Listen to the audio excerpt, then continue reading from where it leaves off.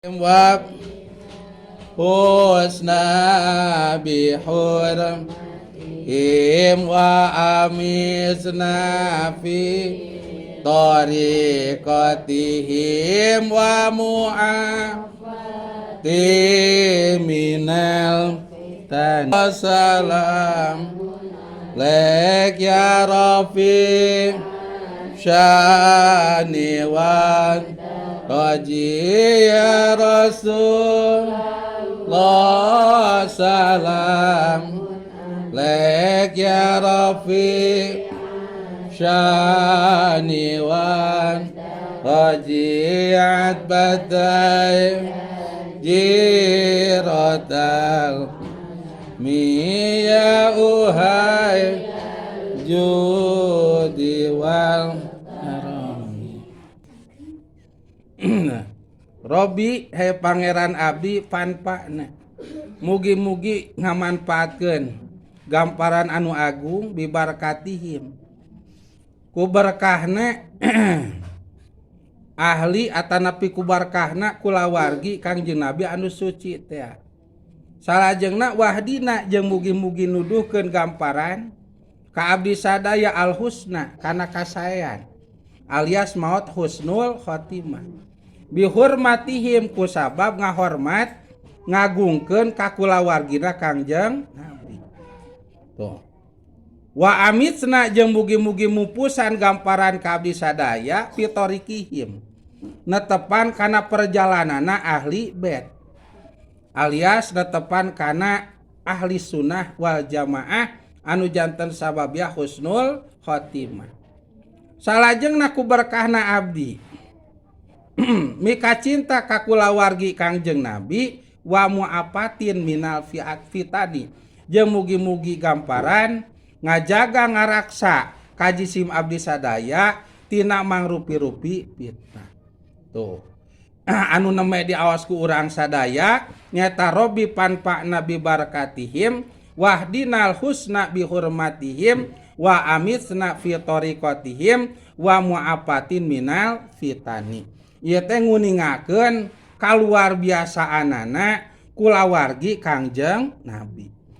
Neme kulawargina kantenan atuh lamun Kangjeng Nabina. Tina sapalina kautamianana kanggo anu ngaji. Santri mode ibu-ibu ahli ngawas ayeuna ajengan anu ngawurukna ku berkana cinta ka kulawargi Kangjeng Nabi.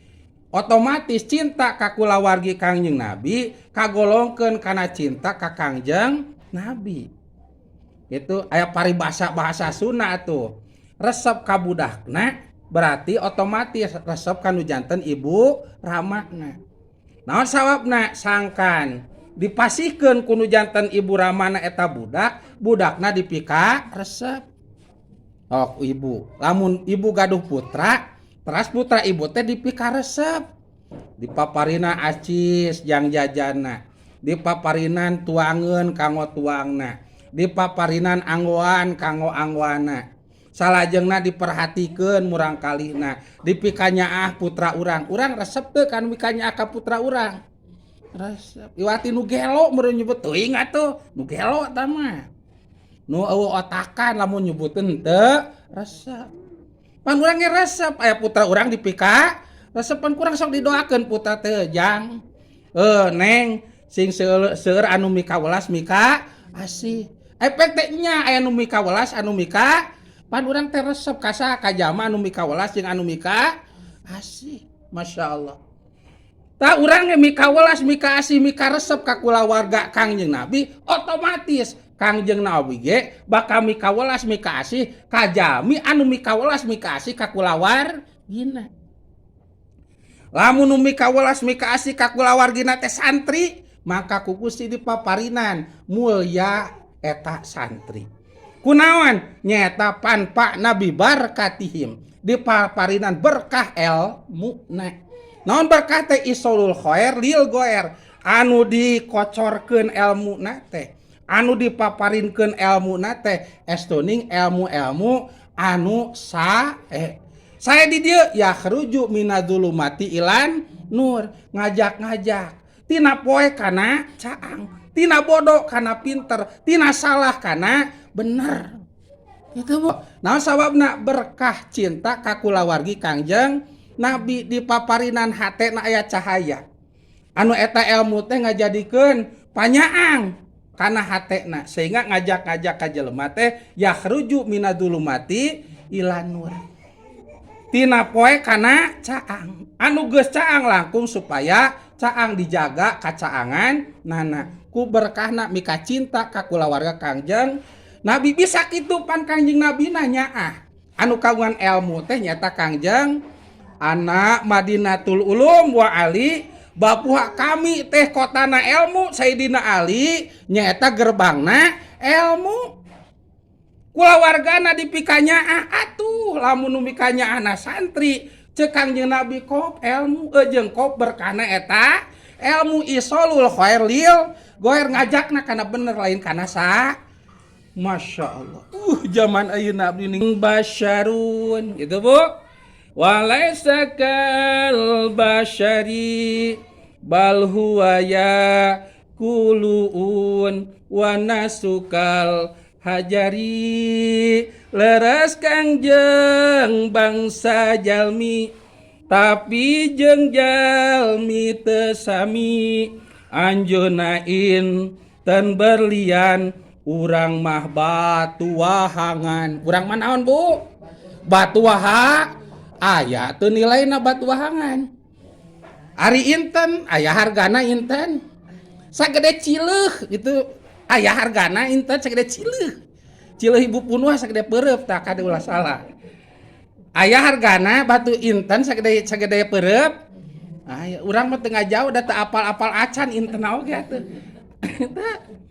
urang batu koral wae nu apal teh tuh tah inten teh batu anu kalitang berhargana bila mana urang gaduh inten ieu mah urang ngalamun Bu keun damar arwah keur ngaji mah lamun gaduh inten ku ibu bakal disimpenna di mana eta inten di tengah bumi di kamar naros tah di kamar tuluy di kamar eta inten ku ibu bakal dicepukan bakal disimpen dina kasur dicepukan cepukna bakal ditutup atau dibuka Bu dibuka tuh eta cepuk teh bakal disimpan di kolong risbang atau di lemari eta lomarina ku ibu bakal ditutupan pantona atau dibukakeun dibuka bakal dikunci atau tapi teu dikunci naon sababna aya inten pangna dipusi-pusi kitu suku sabab inten teh tuluy atuh disimpen na lomari ibu teh kaluar ti kamar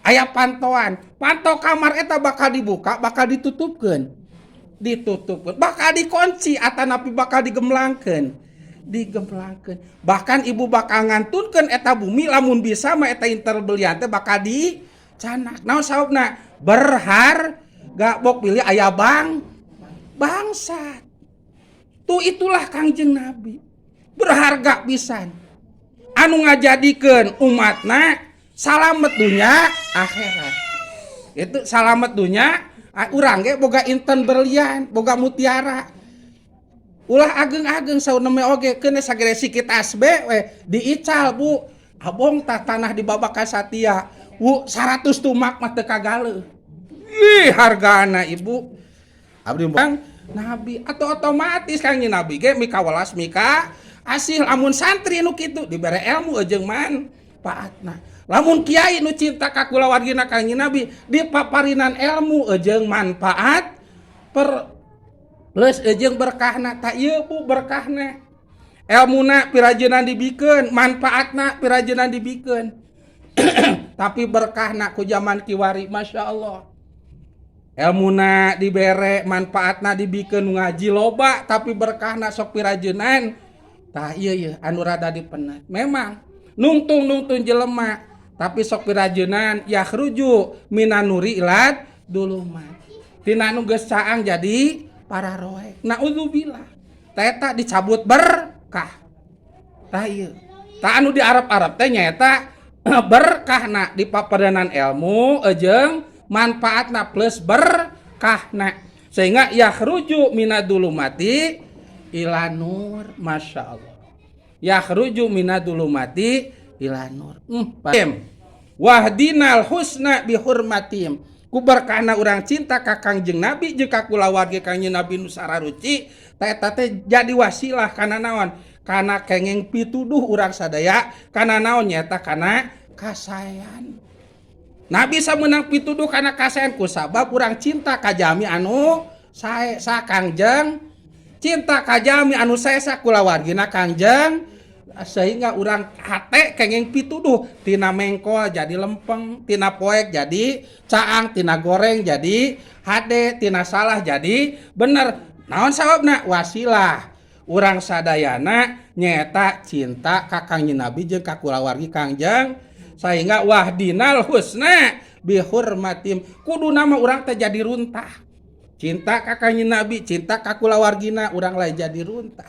Justru urang jadi tukang ngabersihan runtah. Jadi sararuci hate-hate jelema diberesan ku urang.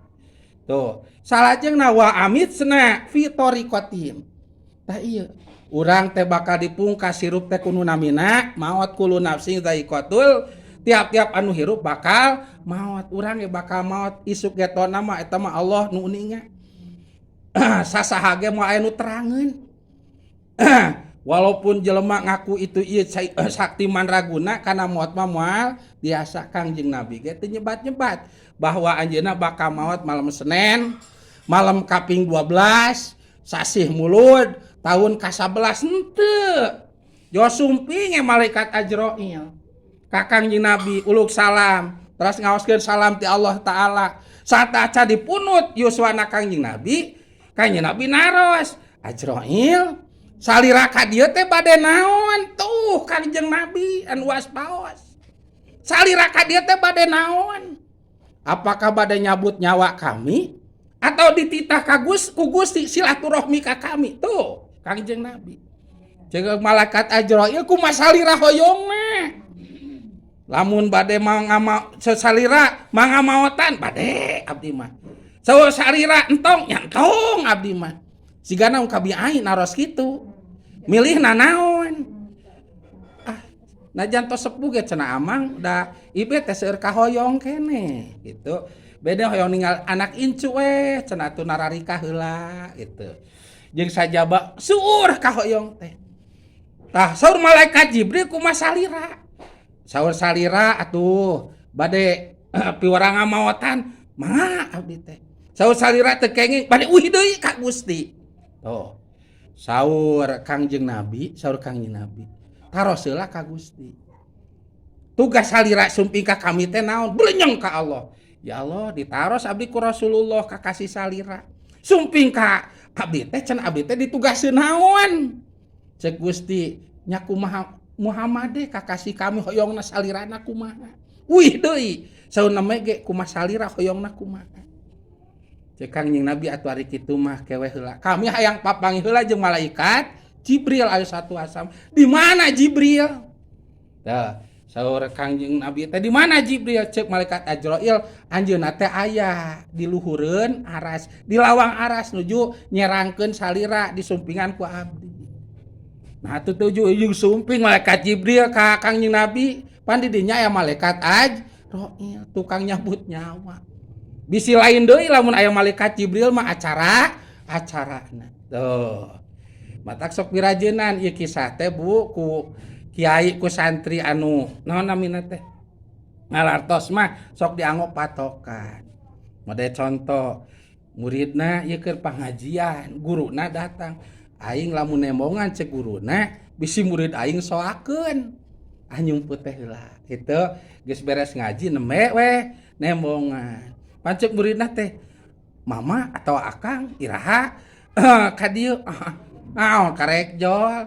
Pancek muridna alhamdulillah karek datang. Aing pangajian teh di Bandungan era salahna gitu.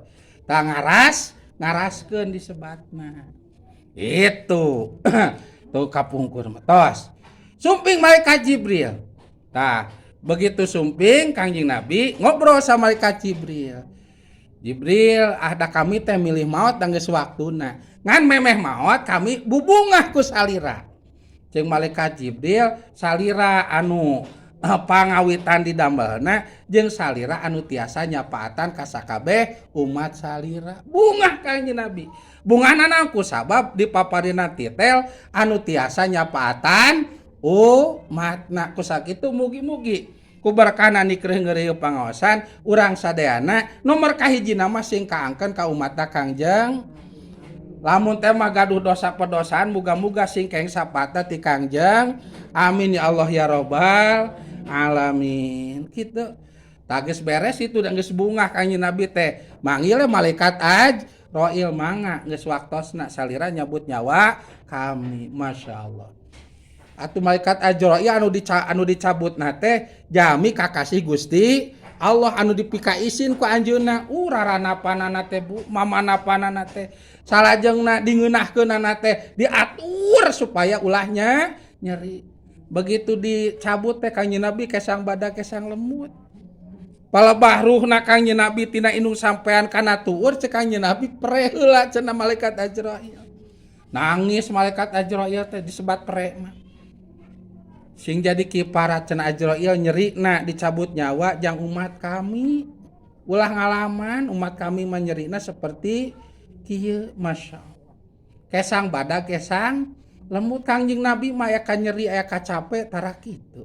Tapi palebah dicabut nyawa mah bijil kesang. Seleser tina tuur teh kana udeuna. Tah geus tiis teu wala kaya ka handap. Tapi Kanjeng Nabi tiasa kaya nyarios malaikat Ajrail leureun heula cicing heula. Kami kabayang umat kami komoreun abdi mah nya loba dosa. Dituturkeun ku ibu-ibu dosana panglobana komo. Masya Allah.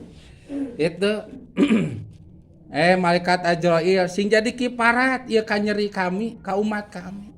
Anu boga dosa gede dosa leutik anu bakal mararaot kabeh. Satu bakal nyeri dina mautna sing kakiparatan nyerina ku nyeri sakaratul maut kami ulah dinyerikeun. Curik malaikat Ajrail teh Bu.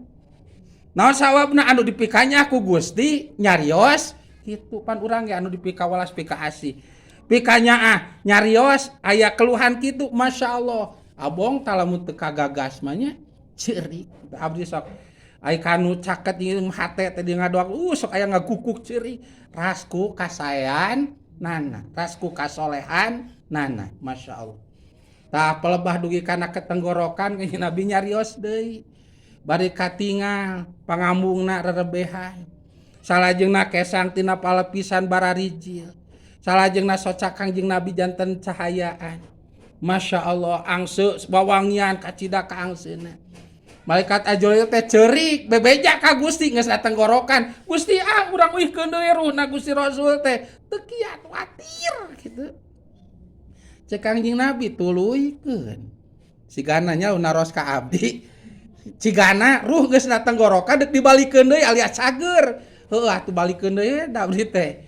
Gitu. Hayang keneh hirup. Ka urang mata ka urang mah teu kitu da ka hayangna beda. Kumaha ka Kanjeng Nabi diteraskeun bae. Teraskeun bae sing janten kiparat ieu ka nyeri teh ka umat kami. Duikeun ka pupusna. Maka dina kitab Nihayatul Zen bila maneh aya jami pupus katingal pangambungna rerebehan. Salajengna palipisana bijil kesang. Salajengna tina socana bijil cai soca alamat husnul khotimah. Husnul khotimah Bu. Naon sawabna kitu? Rebeh teh ku sabunga. Nah, panon ku sacirambai bunga. Pangna bijil kesang ku sabunga. Bunga naon? Sabab panon ditinggalikeun ka tempat anu asa mustahil. Urang bakal bisa asup ka eta tempat sabab pangkatna jelema biasa. Ku sabunga rebeh ieu pangambung. Libarat istri anu dipuji. Pan geus sok rebeh pangambung teh. Ku bakat ku bunga, pangambungna jadi rebeh akibat pamuji kesang badak bijil tina palipisan ku sab isin pangkat kieu tapi bisa asup ka kadinya. Soca nangis ku sabab bunga maka bila mana aya alamat eta anu pupus mangka cirina husnul kade Bu. Urang ulah ngagogoreng mata kanu maot walaupun saha komo deui kulawarga komo deui kolot komo katingal alamatna sae kitu tong kumawani ngagogo ngago goreng na urang bakal kena ka urang keneh ceuk kolot baheula anu moyok bakal kaoyok eta dipoyok wah cenah jelema kitu patut baik teh urang maot da keur ditumpakan ku lalaki batur gujrod sia ayeuna ge di mandiana teh duaan eta teh rapet teu kumaha teu pan eta teh paehna teh si awe eta ditareungeulan salakina ngabeca oh di Majalaya ieu ditumpakan lalaki batur kapangi teh tareungeulan modar teh oh eta mah da tukang moyok anu paeh teh anu goreng nauzu kanu maot mah teh keng popo nah justru kudu dicarioskeun teh kasayan komo deui atuh ku kulawargana dibekelan anu luar biasa geus maotna bebekelan nalika nuju jumeneng salatna ngeureuyeuh sakumaha ejeung pangabisana pan ilmu malikulidi ilmin alimun tiap-tiap anu boga ilmu pasti aya anu boga ilmu deui aya nu saluhureun deui mata ulah popoyok termasuk ibadah tuh salatna osok boga rezeki di Jakatna osok terus bulan puasana osok barang bere sedekah teh osok aya hubungan bangun kasayan masjid madrasah pondok pesantren salajengna nyieun jalan osok ibadah haji komodel geus kalaksanakeun pernah tuh pengajian ngeureuyeuh berarti bebekelanjang maotna loba geus maotna dipikanya aku kulawargana ditahlilan salajengna disolatan diboehan disodakohan puluhan juta dikaluarkeun ulah dipo urang bakal kitu moal tah kitu pertanyaanana aing mah salat kieu zakat teu pernah da teu boga rezekina puasa teu bener ibadah haji encan kanu nyieun masjid aing bobora nyumbang teu sateung geus sianana ge tara kanu nyieun pondok pesantren bobora ka kiayina ge ngewa tuh ya komo deh aing lamun teh paeh teu boro-boro jang abiayaan nyolawatan jeung tahlil jang boeh ge pasti ladang udunan aing mah da kusaha teu boga nanang tah kuduna introspeksi aing mah bisa kitu moal najan kumaha ge tah kusaha kitu Gusti abdi mah hayang cara eta bae dieuna atuh wios hanapeun saeutik ge kadituna sami komo deui saluhureun tak kurang disebat-sebat kasayan nana supaya kasayan eta anu maot teh ku Gusti berkahna dipaparikeun ka urang jangelek teh berkah nyae-nyae urang teh dipaparinan sehat usahana lancar rezekina aya barokah bisa salat bisa zakat bisa puasa bisa ibadah haji bisa nyieun masjid jeung sajabina berkah nyae-nyae kajami anu katingal cirina sae Masya Allah, tah disae-sae. Tah, nu tadi anu tukang popoyok bakal kaoyok, tukang nyae-nyae bakal dipaparinan berkah. Mugi-mugi kanu maot mah dan geus salamet, komode ciri saena aya, bahkan loba urang sadayana sing tiasa nyae. Kumaha kanu awon, lamun teu bisa nyae-nyae repeh bae. Najan apal awon bok bilih urang teh anu moyok teh itu mah paehna diteungeulan ku sabab anu urang mah bok bilih kumaha naudzubillah tos aya bo tos wa amitna fi tariqihim wa mu'afatin minal fitani ku berkahna urang cinta ka kanjeng Nabi jeung ka kulawargina berkahna teh sok tiasa dijaga diriksa tina fitnah beda fitnah hirup kadituna fitnah sabada maut insyaallah hirup dalam dunia berkah cinta ka Nabi jeung ka kulawargana ku Allah taala moal dikeunaan fitnah naon fitnah teh bau nami kadituna geus maot oge moal kakeunaan fitnah naon fitnah geus maot teh nya ceuk bahasa kolot mah